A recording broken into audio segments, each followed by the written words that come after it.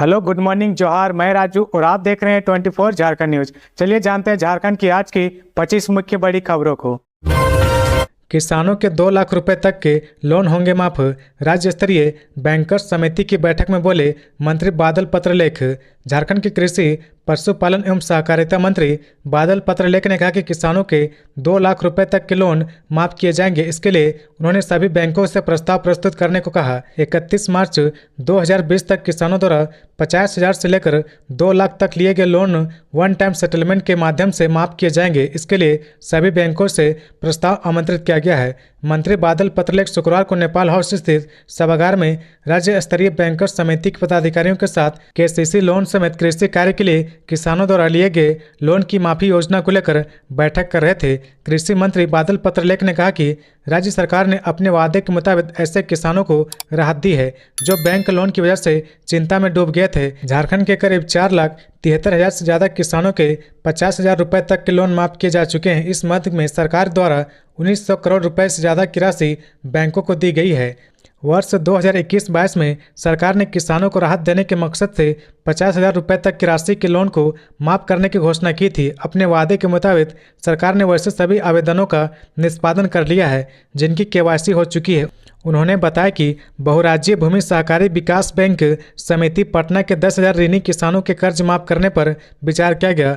Loan लेने वाले ST, SC और कमजोर वर्ग के किसानों के ऋण माफ किए जाने का निर्णय भी बैठक में लिया गया। इसके साथ ही Deoghar cooperative green bank limited Deoghar द्वारा 14,346 ऋणी किसानों के कर्ज की माफी करने का विचार किया गया। मंत्री बादल पत्रलेख ने सभी बैंकों के पदाधिकारियों को निर्देश दिया कि वैसे किसानों के खाते जो NPA हो चुके हैं उन खातों को बंद करने के लिए राज्य सरकार के पास प्रस्ताव भेजे ताकि किसानों को ऋण मुक्त किया जा सके। ऐसे ऋणी जिनकी मौत हो चुकी है तथा जिनके खाते NPA हो गए हैं वैसे किसानों के लिए सक्षम साक्ष्य प्रस्तुत करने के बाद उन्हें भी बिना KYC के लाभुक की श्रेणी में शामिल किया जाएगा। झारखंड में गर्मी का कहर जारी। 15 जून को इन जिलों में भीषण हीट वेव चलने की संभावना।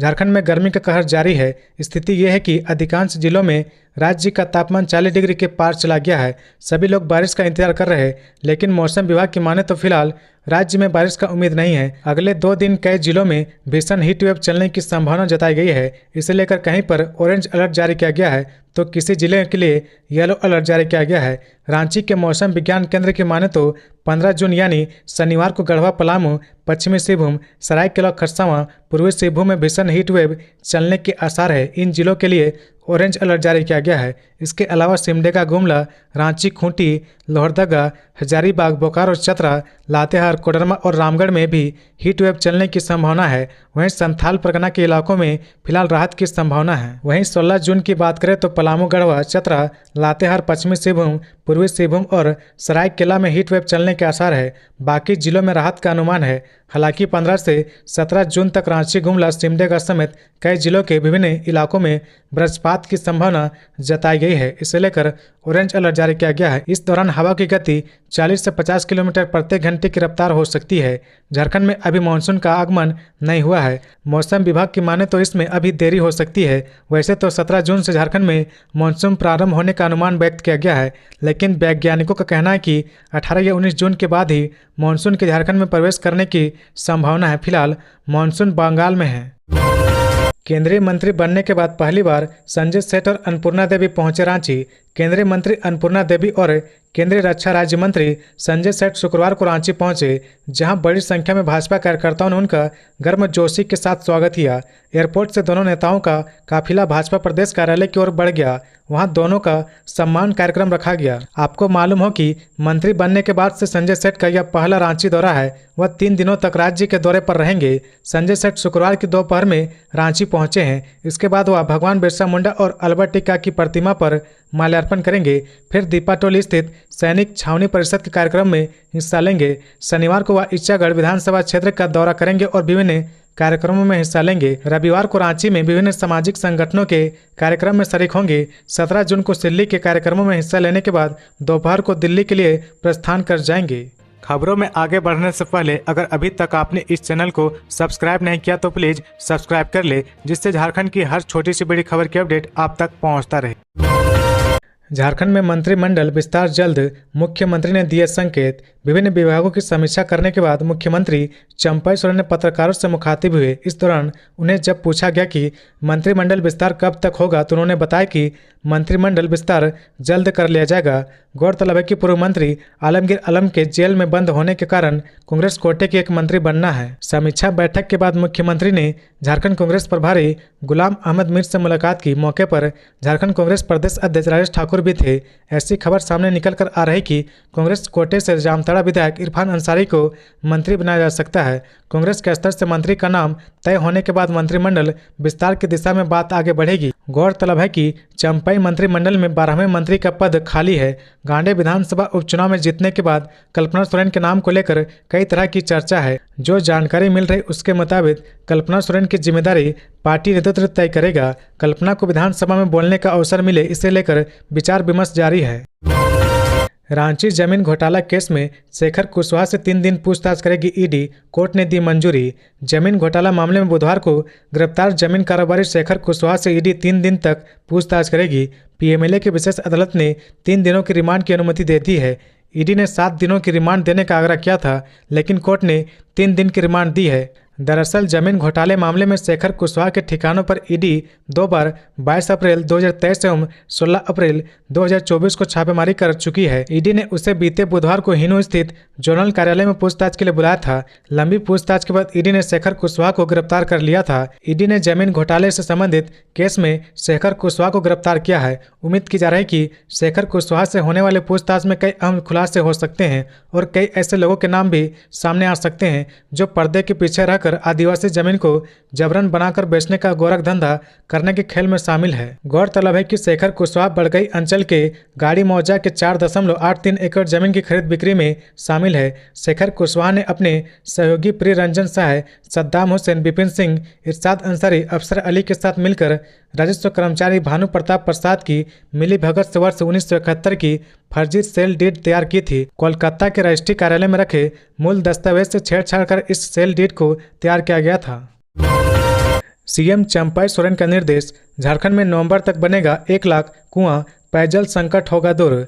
2 दिनों तक चले विभागीय समीक्षा बैठक में मुख्यमंत्री चंपई सोरेन ने बिरसा सिंचाई कूप संवर्धन योजना की समीक्षा की, जिसमें पाया कि कुआं निर्माण की यह योजना काफी धीमे गति से चल रही है, जिसके बाद सीएम ने अधिकारियों को काम में तेजी लाने को कहा। राज्य सरकार ने 15 नवंबर तक हर हाल में 1 लाख कुआं का निर्माण का लक्ष्य ग्रामीण विकास विभाग के अधिकारियों को दिया है। अधिकारियों से कहा गया कि वे लाभुकों से संपर्क करके काम की गति को बढ़ाएं। इसके अलावा सीएम ने बिरसा हरित ग्राम योजना के तहत पौधे लगाने के साथ उसके रख रखाव एवं संरक्षण की पूरी व्यवस्था भी करने को कहा। ग्रामीण विकास विभाग अंतर्गत पीएम आवास की लंबित 34,000 योजनाओं को पूरा करने का भी टारगेट दिया है। गौरतलब है कि लोकसभा चुनाव के बाद चंपई सरकार विकास कार्यों के लिए रेस नजर आ रही है। चंपई सोरेन सरकार सितंबर महीने के अंत तक 40,000 पदों पर भर्ती लेने वाली है। इसे लेकर सीएम चंपई ने गुरुवार को झारखंड कर्मचारी चयन आयोग को राज्य के विभिन्न विभागों के अफसरों के साथ झारखंड मंत्रालय में उच्च स्तरीय रिव्यू मीटिंग की। इस बैठक में चंपई सोरेन ने सितंबर 2024 तक जेएसएससी को 35,000 पदों पर और पुलिस विभाग को 5,499 पदों पर बहाली प्रक्रिया पूरे करने का निर्देश दिया है। लोकसभा चुनाव के दौरान वोटर लिस्ट से हटाए गए नामों की जांच कर करे कार्रवाई, सीईओ के रवि कुमार ने दिए निर्देश। झारखंड के मुख्य निर्वाचन पदाधिकारी के रवि कुमार ने लोकसभा चुनाव में मतदाताओं द्वारा प्राप्त शिकायतों के निराकरण को लेकर की जा रही कार्रवाई के लिए सभी जिलों के निर्वाचन पदाधिकारियों के साथ समीक्षा बैठक की। ध्रुवा के निर्वाचन सदन से वीडियो कॉन्फ्रेंसिंग के माध्यम से उन्होंने कहा कि लोकसभा चुनाव के दौरान मतदाता सूची से गलत विलोपन की कुछ शिकायतें प्राप्त हुई है, जिनका नियमानुसार सत्यापन करते हुए कार्रवाई सुनिश्चित करे। छूटे हुए मतदाताओं का नाम मतदाता सूची में जोड़ने, स्वच्छ मतदाता सूची के निर्माण कार्य की प्रक्रिया को गति देने समेत अन्य निर्देश दिए हैं। झारखंड के मुख्य निर्वाचन पदाधिकारी के रवि कुमार ने कहा कि लोकसभा चुनाव 2024 के दौरान वोटर इन्फॉर्मेशन स्लिप के आवंटन के क्रम में बनाई गई एएसडी सूची से मिलान करते हुए मतदाता सूची से शिफ्टेड, डुप्लीकेट एवं मृत मतदाताओं का नियमानुसार विलोपन करें। अभी भी जिन मतदाताओं के पास पुराना लेमिनेटेड आउटडेटेड मतदाता पहचान पत्र है उसे बदलते हुए नए रंगीन मतदाता पहचान पत्र उपलब्ध कराएं। इसके साथ ही किसी भी कारण अब तक छूटे मतदाताओं को भी मतदाता सूची से जोड़े। झारखंड के मुख्य निर्वाचन पदाधिकारी ने कहा कि विधानसभा चुनाव नजदीक है, इसके लिए पदाधिकारी अपने क्षेत्रों में भ्रमण करते हुए स्वच्छ मतदाता सूची के निर्माण कार्य की प्रक्रिया को गति दे। उन्होंने कहा कि भारत निर्वाचन आयोग के निर्देशानुसार सभी बीएलओ सुपरवाइजर घर घर जाकर बीएलओ द्वारा किए गए कार्यों का सत्यापन करें। बीएलओ द्वारा सत्यापित घरों में से 10% घरों का बीएलओ सुपरवाइजर भौतिक सत्यापन करें एवं मुख्यालय द्वारा दिए गए स्टिकर चिपकाएं। झारखंड के मुख्य निर्वाचन पदाधिकारी के रवि कुमार ने कहा कि 1 जुलाई से मुख्यालय के पदाधिकारी जिलों का भ्रमण करेंगे। इस दौरान जिला कार्यालय द्वारा मतदाता सूची को स्वच्छ बनाने के लिए भारत निर्वाचन आयोग द्वारा बताए गए मापदंडों के अनुरूप किए गए कार्यों की समीक्षा करेंगे। जेवर लूट मामला घटना स्थल पर पहुंचे मंत्री बन्ना गुप्ता अपराधियों को जल्द गिरफ्तार करने का दिया निर्देश। राजधानी के पांड्रा इलाके में गुरुवार को दिन दहाड़े ज्वेलरी शॉप में 60 लाख रुपए की लूट की घटना ने ज्वेलरी कारोबारियों को सकते में डाल दिया है। पुलिस मामले में कार्रवाई करने में जुटी हुई है। इस बीच झारखंड के स्वास्थ्य मंत्री बन्ना गुप्ता ने पीड़ित ज्वेलरी कारोबारी से मुलाकात की और उन्हें आश्वासन दिया कि अपराधियों को जल्द ही पकड़ लिया जाएगा। गुरुवार की दोपहर 3 अपराधियों ने पंचवटी ज्वेलर्स में लूट की घटना को अंजाम दिया था। लूट की घटना के दूसरे दिन झारखंड सरकार के स्वास्थ्य मंत्री बन्ना गुप्ता ज्वेलर्स का हालचाल जानने घटना स्थल पर पहुंचे। मंत्री बन्ना गुप्ता ने कहा कि फरार अपराधियों की गिरफ्तारी के लिए रांची पुलिस के सभी वरीय अधिकारी लगातार प्रयास कर रहे। अपराधियों के खिलाफ सख्त कार्रवाई की जाएगी ताकि अन्य अपराधियों में कानून का डर पैदा हो। मुख्यमंत्री ने राज्य की कानून व्यवस्था को लेकर कई सख्त निर्देश भी जारी किए हैं जिनका अनुपालन किया जा रहा है। रांची के पांड्रा स्थित पंचवटी ज्वेलर्स में गुरुवार की दोपहर 3 अपराधियों ने दिन दहाड़े 60 लाख रुपए के जेवरात की लूट लिए। लूट के बाद तीनों बाइक पर सवार होकर फरार हो गए। मामले को लेकर ज्वेलर दीपक साहू ने पांड्रा ओपी में प्राथमिकी दर्ज करवाई है। गरीब घर की लड़की को लालच देकर तस्कर ले जा रहे थे चेन्नई। रांची रेलवे स्टेशन से 2 गिरफ्तार। रांची रेलवे स्टेशन से 2 मानव तस्करों को गिरफ्तार किया गया है। दोनों तस्कर एक लड़की को नौकरी का लालच देकर लातेहार से चेन्नई ले जा रहे थे। इसी बीच मेरी सहेली और रेल पुलिस की टीम ने तस्करों के मंसूबे पर पानी फेर दिया। रेल पुलिस ने मानव तस्करों के खिलाफ कार्रवाई करते हुए दोनों को गिरफ्तार कर लिया। गिरफ्तार तस्करों में लातेहार निवासी छोटू उरांव और रबलू उरांव शामिल है। आरपीएफ इंस्पेक्टर दिग्विजय शर्मा ने बताया कि मेरी सहेली टीम को सूचना मिली थी कि एक नाबालिग को 2 व्यक्ति स्टेशन पर लेकर घूम रहे। दोनों नाबालिग को बेहतर नौकरी दिलाने की बात कर रहे थे। इसी सूचना पर इंस्पेक्टर दिग्विजय शर्मा ने आरपीएफ की मेरी सहेली टीम के साथ स्टेशन पर दोनों तस्करों की तलाश शुरू कर दी और उन्हें पकड़ लिया। नाबालिग को प्रेमाश्रय भेज दिया गया। तस्करों को पुलिस के हवाले कर दिया गया। बताया जाता है कि लड़की को लालच देकर लातेहार से रांची लाया गया था। उसे ट्रेन से चेन्नई ले जाने वाले थे, लेकिन उससे पहले दोनों तस्करों को पकड़ लिया गया। बता दें कि मानव तस्करी पर लगाम लगाने के लिए दोनों स्टेशनों पर मेरी सहेली टीम की तैनाती की गई है, जिसमें महिला पुलिस कर्मियों को शामिल किया गया है। कोयल नदी में नहाने के दौरान 3 बच्चे डूबे, 1 बच्चे और पूर्व बीएसएफ जवान की मौत। कोयल नदी में 1 बच्चे और 1 पूर्व बीएसएफ के जवान की डूबने से मौत हो गई। ग्रामीणों के अनुसार मनोहरपुर में नदी में बीएसएफ जवान, उनका एक बेटा और उसका दोस्त संत ऑगस्टिन कॉलेज के पास कोयल नदी में नहाने गए थे। इसी दौरान दोनों बच्चे गहरे पानी में चले गए और डूबने लगे। उन्हें डूबता देख पास में ही नहा रहे पूर्व बीएसएफ जवान उसके पास गए और बचाने की कोशिश की। इस दौरान उन्होंने अपने बेटे को किसी तरह से बचाया और फिर तुरंत उसके दोस्त को बचाने के लिए नदी में कूदे, लेकिन अपने बेटे के दोस्त को बचाने के क्रम में बीएसएफ जवान भी डूब गए। इधर शोर सुनकर ग्रामीण भी नदी के किनारे पहुंच गए। स्थानीय ग्रामीणों ने लगभग 1.5 घंटे की कड़ी मशक्कत के बाद बीएसएफ जवान और बच्चों को नदी की गहराई से निकाला। अनंत फनन में उन्हें गंभीर स्थिति में मनोहरपुर सीएचसी में भर्ती कराया गया, जहां इलाज के दौरान दोनों की मौत हो गई। मृतकों में मनोहरपुर थाना क्षेत्र के इंदिरा नगर निवासी रिटायर्ड बीएसएफ जवान राजेश रंजन खुजर और इंदिरा नगर निवासी सुखवन हीरो के पुत्र एरोन हीरो है। मनोहरपुर पुलिस मामले की आगे की कार्रवाई में जुट गई है। एक साथ 2 लोगों की मौत से पूरे इलाके में मातम पसरा हुआ है। मुख्यमंत्री रोजगार सृजन योजना के लंबित आवेदनों का निर्धारित समय पर करें निपटारा। झारखंड के मंत्री दीपक बिरुवा ने दिया निर्देश। झारखंड के मंत्री दीपक बिरुवा ने कहा कि मुख्यमंत्री रोजगार सृजन योजना सरकार की महत्वाकांक्षी योजना है, इसमें किसी तरह की लापरवाही नहीं करे। लंबित आवेदनों का निपटारा निर्धारित समय पर करे ताकि युवाओं के रोजगार का मार्ग प्रशस्त हो सके। इस दौरान उन्होंने निर्देश दिया कि साइकिल वितरण का कार्य निर्धारित समय पर पूरा करे। इसके साथ ही छात्रों को समय पर छात्रवृत्ति मिले। शुक्रवार को वे रांची स्थित अपने आवासीय कार्यालय में आदिवासी कल्याण आयुक्त अजय नाथ झा को निर्देश दे रहे थे। झारखंड के मंत्री दीपक बिरुवा ने रांची में कहा कि मंत्री रोजगार सृजन योजना के निगम स्तर लंबित आवेदनों का निष्पादन 1 सप्ताह के अंदर करे। इसके साथ ही जिला स्तर पर आवेदनों की अनुशंसा की गति तेज करे। इसमें आ रही सभी बाधाओं को दूर कर युवाओं के स्वरोजगार के मार्ग को प्रशस्त करे। उन्होंने कहा कि इसकी लगातार निगरानी होनी चाहिए ताकि स्वरोजगार की तरफ बढ़ रहे युवाओं को लाभ दिया जा सके। मंत्री दीपक बिरुवा ने कहा कि स्कूली बच्चों को साइकिल वितरण योजना का लाभ दे। तय समय पर बच्चों को साइकिल मिलनी चाहिए। वर्ष 2023-24 में जो साइकिल वितरण किया जाना है वह तय समय के अंदर हो। उन्होंने कहा कि बच्चों को छात्रवृत्ति समय से उपलब्ध कराने में कोई कोताही नहीं करे। इस दौरान आ रही अड़चनों को दूर कर छात्र हित में कार्य करे। मंत्री दीपक बिरुवा ने कहा कि धूमकुड़िया केंद्रों में जिला स्तर पर जिन वाद्य यंत्रों का वितरण किया जाना है उसकी स्थिति क्या है। इस पर आदिवासी कल्याण आयुक्त ने बताया कि वितरण जिला स्तर पर होगा। वाद्य यंत्रों को खरीदने की प्रक्रिया शुरू कर दी जाएगी। मंत्री ने उन्हें जल्द से जल्द प्रक्रिया को पूरा करने का निर्देश दिया है। गढ़वा सड़क हादसे में जान गंवाने वालों के परिजन से मिले मंत्री मिथिलेश ठाकुर। घायलों के बेहतरीन इलाज का दिया निर्देश। गढ़वा जिले के नगर उटारी थाना क्षेत्र में नेशनल हाईवे 75 पर भीषण सड़क हादसा हुआ है। ट्रक और ऑटो की टक्कर में 5 मजदूरों की मौत हो गई, वहीं 8 लोग गंभीर रूप से घायल हो गए। इस खबर की सूचना होते मंत्री मिथिलेश ठाकुर गढ़वा सदर अस्पताल पहुंचे। उन्होंने घायलों के इलाज के लिए डॉक्टरों से बातचीत की और मृतकों के परिजनों को ढांढस बंधाया। मंत्री मिथिलेश ठाकुर ने सोशल मीडिया पर एक पोस्ट भी किया। उन्होंने लिखा कि गढ़वा जिले के नगर उटारी थाना क्षेत्र में देर रात नेशनल हाईवे 75 पर भीषण सड़क हादसे में कई लोगों के आकस्मिक निधन का समाचार हृदय विदारक है। हादसे की सूचना मिलने पर सदर अस्पताल पहुंचकर परिजनों से मुलाकात कर उन्हें ढाढ़स बंधाया है। उन्होंने आगे लिखा, हादसे में घायल हुए लोगों के बेहतर उपचार के लिए डॉक्टरों से बातचीत की है। गढ़वा डीसी से फोन पर बात कर जरूरी कानूनी कार्रवाई करने एवं पीड़िता परिजनों को सरकारी मदद करने का निर्देश दिया। सभी मजदूरों के पार्थिव शरीर को उनके घर तक पहुंचाने की व्यवस्था करने के लिए भी जिला प्रशासन को निर्देशित किया है। मेरी संवेदनाएं शोकाकुल परिजनों के साथ है। हादसे में घायल हुए लोगों के शीघ्र स्वस्थ होने की कामना करता हूं। ईश्वर दिवंगत आत्माओं को शांति एवं शोक संतप्त परिजनों को दुख सहन करने की शक्ति प्रदान करे। घटना को लेकर बताया जाता है कि सभी मजदूर काम के लिए राज्य से बाहर जा रहे थे।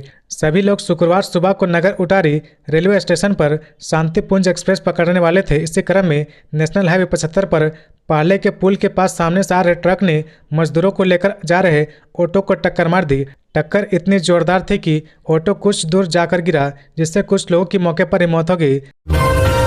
रांची में जल संकट को लेकर सड़क पर उतरी राष्ट्रीय युवा शक्ति। पीएचडी कार्यालय में ताला लगाकर टांग दी चूड़ी। झारखंड में गर्मी ने लोगों का जीना मुहाल कर दिया है। भीषण गर्मी के कारण राज्य में जल संकट गहराता जा रहा। रांची वासियों को पानी दिलाने की मांग को लेकर राष्ट्रीय युवा शक्ति ने पीएचडी कार्यालय का घेराव किया एवं तालाबंदी कर गेट पर चूड़ी टांग दी। शुक्रवार को मेकन चौक से पीएचडी कार्यालय तक मार्च किया गया। मार्च से पीएचडी कार्यालय पहुंचने के तत्पश्चात सभा में तब्दील हो गई।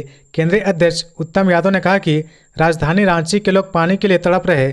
पीएचडी विभाग एवं यहाँ के अधिकारी को इससे कोई मतलब नहीं। आज राजधानी के सैकड़ों गली मोहल्ले ऐसे हैं जहाँ पूरी रात पानी के लिए महिला, पुरुष, छोटे छोटे बच्चे एवं बुजुर्ग पानी के लिए रात जगी कर रहे।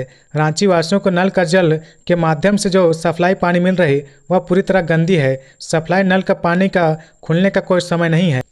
पीएचडी विभाग प्रत्येक दिन अखबार के माध्यम से समय बताए कि किस समय एरिया में कितना बजे नल का जल मिलेगा। आज राजधानी रांची में जुटकों के द्वारा दर्जनों की संख्या में पानी का बड़ा टंकी बनाई जा रही। आधा दर्जन से ज़्यादा पानी की टंकी बनकर तैयार है। पाइपलाइन बिछ चुकी है, लेकिन रांची के बड़ी आबादी को पानी कब नसीब होगा यह पीएचडी विभाग के अधिकारी ही बता सकते हैं। आज राजधानी के जितने भी नेता अधिकारी हैं उन्हें रांची की जनता से कोई मतलब नहीं, उन्हें सिर्फ वोट से मतलब है। जिस राजधानी के राज्य गठन से लेकर आज 24 वर्षों तक लगातार झोला भर कर वोट दिया, मंत्री बनाए, उन्हें भी जनता से कोई मतलब नहीं है।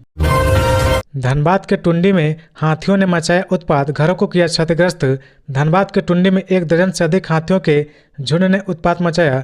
दरअसल गुरुवार रात करीब 18 हाथियों के झुंड ने नाव टाण और अरवट टाण पार करते समय कुछ घरों को क्षतिग्रस्त कर दिया।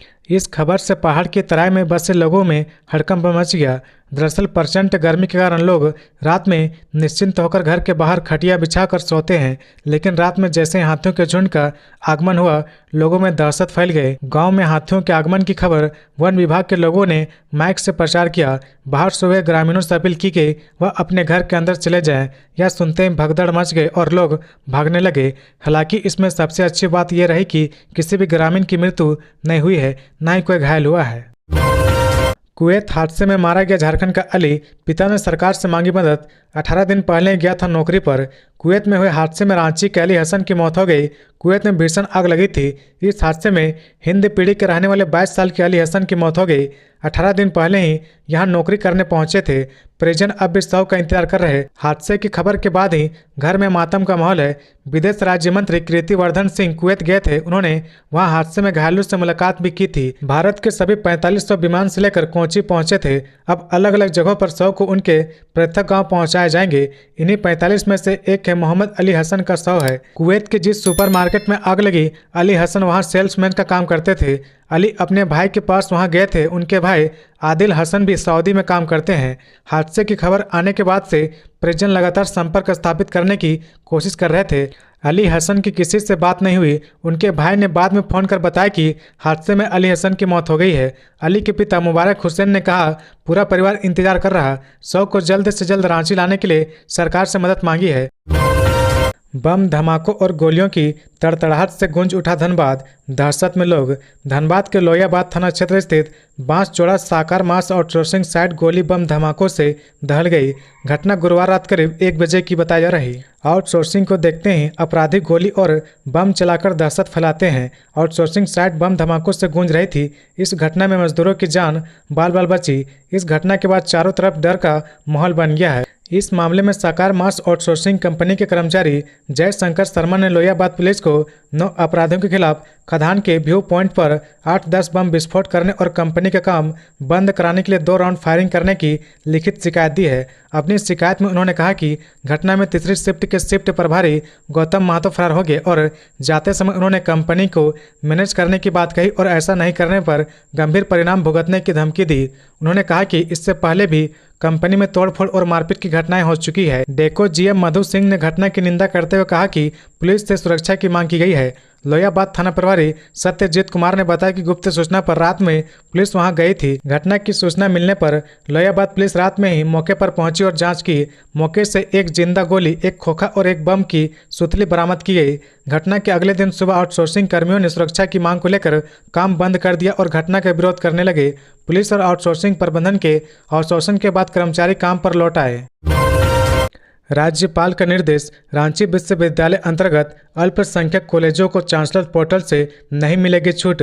राज्यपाल सह कुलाधिपति सीपी राधाकृष्णन ने स्पष्ट रूप से कहा कि रांची विश्वविद्यालय अंतर्गत Sant Xavier college, Gossner college, Nirmala college, Paramvir Albert Ekka memorial college Chainpur, Sant Joseph college Torpa को चांसलर पोर्टल के माध्यम से ही स्नातक और स्नातकोत्तर कोर्स में नामांकन लेना होगा। इसमें इन अल्पसंख्यक कॉलेजों को किसी प्रकार की कोई छूट नहीं मिलेगी। इन कॉलेजों के प्राचार्य ने राज्यपाल से नामांकन के लिए चांसलर पोर्टल से छूट देने की मांग की थी, लेकिन राज्यपाल सह कुलाधिपति ने कहा कि रांची विश्वविद्यालय अंतर्गत अल्पसंख्यक कॉलेजों द्वारा चांसलर पोर्टल के माध्यम से स्नातक और स्नातकोत्तर में नामांकन में मांगी छूट को कोई योग्यता नहीं है। कॉलेजों को विश्वविद्यालय के निर्देश का पालन करना होगा। मालूम हो कि रांची विश्वविद्यालय प्रशासन ने इस सत्र से Sant Xavier college, Gossner college, Nirmala college, Maulana Azad college, Yogoda Satsang college, Paramvir Albert Ekka memorial college तथा संत जोसेफ कॉलेज तोरपा के प्राचार्य को स्नातक में चांसलर पोर्टल से नामांकन लेने का निर्देश दिया गया है। साथ ही यह भी कहा कि चांसलर पोर्टल से नामांकन नहीं लेने पर विश्वविद्यालय इन कॉलेजों के उक्त सत्र के विद्यार्थियों का ना तो रजिस्ट्रेशन करेगा और ना ही परीक्षा लेगा। इसके बावजूद इन कॉलेजों के प्राचार्यों ने अब तक पोर्टल से अपने को नहीं जोड़ा है। इस मामले को सुलझाने के लिए राजभवन के निर्देश के आलोक में उच्च व तकनीकी शिक्षा विभाग में बैठक बुलाई गई है, लेकिन निष्कर्ष नहीं निकल पाया। जबकि विश्वविद्यालय में नामांकन प्रक्रिया 10 मई से ही चल रही है, वहीं राज्य के अन्य अल्पसंख्यक कॉलेजों में नामांकन प्रक्रिया चांसलर पोर्टल से ही हो रही है। कांग्रेस झारखंड की विधानसभा की 33 सीटों पर लड़ सकती है चुनाव। कार्यकर्ताओं को तैयारी का मिला निर्देश। झारखंड कांग्रेस ने विधानसभा चुनाव की तैयारी शुरू कर दी है। झारखंड कांग्रेस 33 सीटों पर चुनाव लड़ने को तैयार है। 2019 में कांग्रेस ने 31 सीटों पर पार्टी के प्रत्याशी उतारे थे। विधानसभा उपचुनाव में मांडर में जीत मिली और पड़ैयाहाट से झामुमो विधायक प्रदीप यादव कांग्रेस में शामिल हो गए। ऐसे में पार्टी ने इन सभी 33 सीटों पर चुनाव की तैयारी शुरू करने का निर्देश दिया है। झारखंड प्रदेश कांग्रेस कार्य समिति की बैठक में प्रदेश प्रभारी गुलाम अहमद मीर ने पार्टी के पदाधिकारियों को इसके निर्देश दिए हैं। मौके पर प्रदेश प्रभारी गुलाम अहमद मीर ने कहा कि लोकसभा चुनाव में आए परिणामों की समीक्षा के लिए लोकसभा वार कमेटी बनाई जा रही। यह कमेटी 15 दिनों में लोकसभा वार रिपोर्ट देगी। इसमें जिन सीटों पर जीत नहीं मिल सकी है उसके कारण तलाशेगी। किस विधानसभा या किस बूथ पर कितने वोट कम मिले उसे भी देखा जाएगा। गुलाम अहमद मीर ने कहा कि कांग्रेस झारखंड विधानसभा सीटों पर जहां चुनाव लड़ी थी उन बुनियादी सीटों पर तैयारी शुरू कर रही है। पार्टी यहां देखेगी कि हम कहां मजबूत है और कहां कमजोर है। कमियों को दूर किया जाएगा और सशक्त बनाया जाएगा। सहयोगी दल जिन सीटों पर चुनाव लड़े थे जहां से वे जीते या हारे हैं उसे भी देखेंगे। सीटों के बंटवारे पर अंतिम निर्णय चुनाव पूर्व लिया जाएगा। उन्होंने कहा कि 2019 के चुनावी घोषणा पत्र में कांग्रेस की ओर से किए वादे कितने पूरे हो सकें और कितनों को पूरा करना बाकी है उसे जल्द से जल्द अमली जामा पहनाया जाएगा। इसके बाद भी कांग्रेस जनता के बीच वोट मांगने जा सकेगी। आपको बता दें कि 2019 के चुनाव में झामुमो 43, कांग्रेस 31 और राजद ने 7 सीटों पर चुनाव लड़ा था। ईडी की पूछताछ में शामिल होने वाले आईएएस अधिकारी मनीष रंजन का तबादला। कार्मिक विभाग ने जारी की अधिसूचना। ईडी की पूछताछ में शामिल होने वाले आईएएस अधिकारी मनीष रंजन का तबादला कर दिया गया है। उन्हें अब भवन निर्माण विभाग के सचिव के पद पर पदस्थापित किया गया है। इससे पहले वह राजस्व निबंधन एवं भूमि सुधार विभाग के सचिव के पद पर कार्यरत थे। उनकी जगह आईएएस अधिकारी चंद्रशेखर को पदस्थापित किया गया है। कार्मिक विभाग ने इससे संबंधित अधिसूचना जारी कर दी है। झारखंड सरकार के कार्मिक विभाग द्वारा जारी अधिसूचना में कहा गया कि आईएएस अधिकारी मनीष रंजन को राजस्व निबंधन एवं भूमि सुधार विभाग में पदस्थापित मनीष रंजन को अगले आदेश तक भवन निर्माण विभाग के सचिव के पद पर नियुक्त एवं पदस्थापित किया जाता है। इसके अलावा वह झारखंड राज्य भवन निर्माण विभाग लिमिटेड के प्रबंध निदेशक का अतिरिक्त प्रभार भी संभालेंगे। मनीष रंजन के अलावा झारखंड के आईएएस अधिकारी चंद्रशेखर का भी तबादला किया गया है। उन्हें मनीष रंजन की जगह राजस्व निबंधन और भूमि सुधार विभाग के सचिव के पद की जिम्मेदारी दी गई है। वह पहले नगर विकास एवं आवास विभाग के सचिव और जुटको के प्रबंध निदेशक का अतिरिक्त प्रभार संभाल रहे थे। झारखंड के मुख्यमंत्री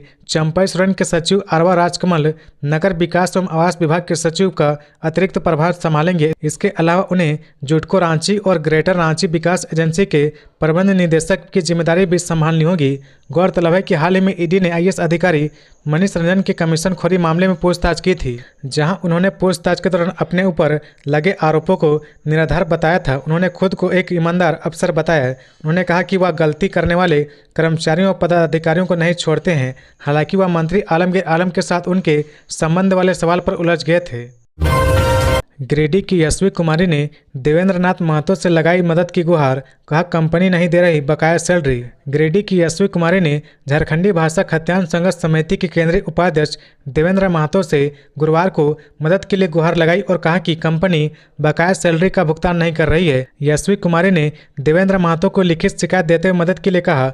बताया कि वो design creation Karamtoli road Ranchi में जूनियर आर्किटेक्ट पद पर पिछले 2 साल से भी अधिक समय से कार्यरत है, लेकिन 4 महीने का भुगतान पिछले 6 महीने से नहीं किया जा रहा। इससे जिंदगी जीने में मुश्किल का सामना करना पड़ रहा। यशवी ने बताया कि कंपनी से बकाया सैलरी भुगतान के लिए बार बार कहा गया, लेकिन 6 महीने से टाल मटोल का रवैया अपनाया जा रहा। इस कारण उसे और उसके परिवार को कई तरह की आर्थिक परेशानियों का सामना करना पड़ रहा है। यशवी कुमारी पटेल नगर गिरिडीह निवासी रामचंद्र सिंह की पुत्री है। यशवी कुमारी ने न्याय आवेदन JBKSS केंद्रीय वरीय उपाध्यक्ष देवेंद्र नाथ महतो को सौंपते हुए बताया। देवेंद्र नाथ महतो ने समाधान के लिए पहल करते हुए कंपनी के निदेशक को 1 सप्ताह के अंदर 4 महीने का संपूर्ण वेतन भुगतान करने के लिए कहा। देवेंद्र नाथ महतो ने कहा कि कंपनी अगर दिए हुए समय में भुगतान नहीं करती है तो कंपनी के विरुद्ध आंदोलन शुरू कर दिया जाएगा। कहा इसकी जवाबदेही कंपनी होगी। गैंगस्टर प्रिंस खान के नाम पर व्यवसायी से मांगी गई 20 लाख रुपए की रंगदारी नहीं देने पर अंजाम भुगतने की धमकी। बोकारो जिले में प्रिंस खान के नाम पर रंगदारी मांगने वाले गिरोह की धमकी से व्यवसायियों में भय का माहौल है। खासकर स्वर्ण व्यवसायी बहुत ज़्यादा परेशान है। ताज़ा मामला बोकारो थर्मल थाना का है, जहां के अरविंद ज्वेलर्स के मालिक से व्हाट्सएप मैसेज के जरिए रंगदारी मांगी गई है। रंगदारी मांगने वाले ने अपना नाम मेजर बताया है। अरविंद ज्वेलर्स के मालिक ने घटना की लिखित शिकायत बोकारो थर्मल थाना में दर्ज कराई है। रंगदारी के संबंध में अरविंद ज्वेलर्स के मालिक अमित शर्मा ने मामला दर्ज कराते हुए लिखा कि 10 दिन पहले भी प्रिंस खान के नाम पर रंगदारी मांगी गई थी और आज फिर 20 लाख रुपए की फिरौती मांगी गई है। मांग के दौरान कहा गया कि अगर पैसा नहीं दोगे तो अंजाम भुगतने के लिए तैयार रहो। घटना की पुष्टि करते हुए बोकारो थर्मल थाना इंस्पेक्टर सह थाना प्रभारी शैलेंद्र कुमार ने बताया कि अरविंद ज्वेलर्स के मालिक द्वारा रंगदारी मांगने को लेकर थाने में मामला दर्ज कराया गया है। मालूम हो कि बुधवार की सुबह जिले के बेरमो थाना क्षेत्र के मेघदूत मार्केट स्थित ज्ञान ज्वेलर्स पर फायरिंग की गई थी, जिसके विरोध में फुसरो व्यवसायी संघ और स्थानीय लोगों ने जैना मोड़ फुसरो स्टेट हाईवे को निर्मल महातो चौक के पास दिन भर जाम रखा। वहीं अमित वर्मा ने पुलिस को लिखित आवेदन देकर अपनी जानमाल की सुरक्षा की गुहार लगाई है। गिरिडीह से अपहृत फार्मासिस्ट पवन कुमार साकुशल बरामद। अपराधियों ने मांगी थी 30 लाख रुपए की फिरौती। गिरिडीह जिले के जमुआ चकाई मुख्य मार्ग से अपहृत फार्मासिस्ट पवन कुमार को पुलिस ने साकुशल बरामद कर लिया है। बिरनी के पेशम से इन्हें बरामद किया गया। अपराधियों ने 30 लाख रुपए फिरौती मांगी थी। पुलिस ने इस मामले में गंभीरता दिखाई और फार्मासिस्ट को बरामद कर लिया। बताया जाता है कि पुलिस ने अपहरणकर्ताओं को भी दबोचा है, लेकिन अभी इसकी आधिकारिक पुष्टि नहीं की गई है। पुलिस की माने तो जल्द पूरे मामले का खुलासा कर दिया जाएगा। जानकारी के मुताबिक गिरिडीह जिले के देवरी थाना क्षेत्र के मनकडीहा गांव निवासी पवन मेडिकल स्टोर के मालिक लक्ष्मण दास के पुत्र हैं और फार्मासिस्ट है। वे गुरुवार की रात में सरौन गए थे, जहां से अपनी बाइक से वापस घर लौट रहे थे। इसी दौरान सरौन के छात्रों के बीच अपराधियों द्वारा उनका अपहरण कर लिया गया। इसके बाद अपहृत पवन के मोबाइल से अपराधियों ने उनके पिता को फोन कर फिरौती की मांग की। फार्मासिस्ट पवन कुमार के अपहरण के बाद गिरिडीह की देवरी पुलिस की टीम सक्रिय हो गई। बरामदी के लिए पुलिस की टीम द्वारा लगातार छापेमारी की गई। आखिरकार पुलिस ने अपहृत फार्मासिस्ट को सकुशल बरामद कर लिया। देवरी के थाना प्रभारी सोनू कुमार साहू ने बताया कि फार्मासिस्ट का अपहरण किया गया था। बरामदी के लिए छापेमारी की गई। इधर किडनैपिंग की सूचना मिलने के बाद गिरिडीह एसपी दीपक कुमार शर्मा के निर्देश पर पूरे जिले में नाकाबंदी कर दी गई थी। हर आने जाने वाहनों की सघन तलाशी की गई थी। पुलिस सूत्रों की माने तो इस मामले में कुछ लोगों की गिरफ्तारी भी हुई है। हालांकि पुलिस का कहना है कि बहुत जल्द मामले का खुलासा कर दिया जाएगा। तो ये थी आज की झारखंड की टॉप बड़ी खबरें। इसी तरह झारखंड की हर छोटी सी बड़ी खबर देखने के लिए आप हमारे चैनल 24 झारखंड न्यूज को सब्सक्राइब करके बेल आइकन प्रेस कर ले, जिससे झारखंड की हर छोटी सी बड़ी खबर की अपडेट आप तक पहुंचता रहे। तो आज के लिए बस इतना ही। हमें दीजिए इजाजत, फिर मिलते हैं नेक्स्ट न्यूज में।